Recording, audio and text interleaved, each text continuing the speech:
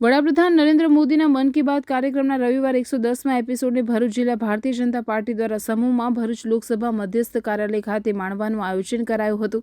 દેશની પ્રજા, ઉત્સવો, સંસ્કૃતિ, નવી પહેલ, પ્રેરણાદાયક પગલું અને સમાજ તેમજ દેશ માટે કંઈ અલગ કરનારને પ્રોત્સાહન આપવા વડાપ્રધાન નરેન્દ્ર મોદીના રેડિયો મારફતે જનતા સાથે જોડાવાનો મન કી બાત કાર્યક્રમ દરેક ભારતીયના મનમાં વસી ગયો છે। વડાપ્રધાન નરેન્દ્ર મોદીએ 3 ઓક્ટોબર 2014 દશેરાના અવસરથી મન કી બાત કાર્યક્રમ શરૂ કર્યો હતો। આજે માત્ર દેશ જ નહીં પણ દુનિયામાં વસતા ભારતીયોમાં પીએમ મોદીની મન કી બાત કાર્યક્રમ ખૂબ જ લોકચાહના મેળવી રહ્યો છે।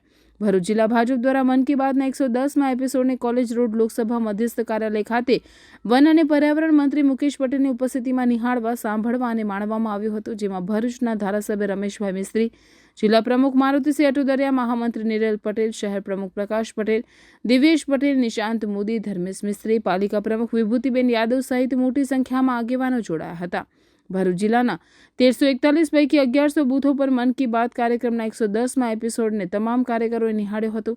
વડાપ્રધાન નરેન્દ્ર મોદી હવે 3 મહિના બાદ ચૂંટણી પછી ફરી વડાપ્રધાન બની 111મા એપિસોડ સાથે દેશવાસીઓ અને ભારતીયો સમક્ષ હાજર થવાની વાત કરતા જ જિલ્લા ભાજપે વધાવી લીધી હતી।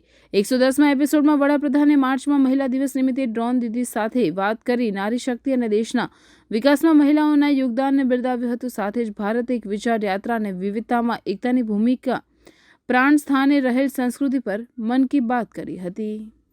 ભરૂચ જિલ્લાની અંદર લગભગ 1341 જેટલા બૂથ આવેલા છે આ લોકસભાની અંદર, અને આજે લગભગ 1100થી વધુ બૂથોની અંદર તમામ કાર્યકરોએ આ કાર્યક્રમ નિહાળ્યો।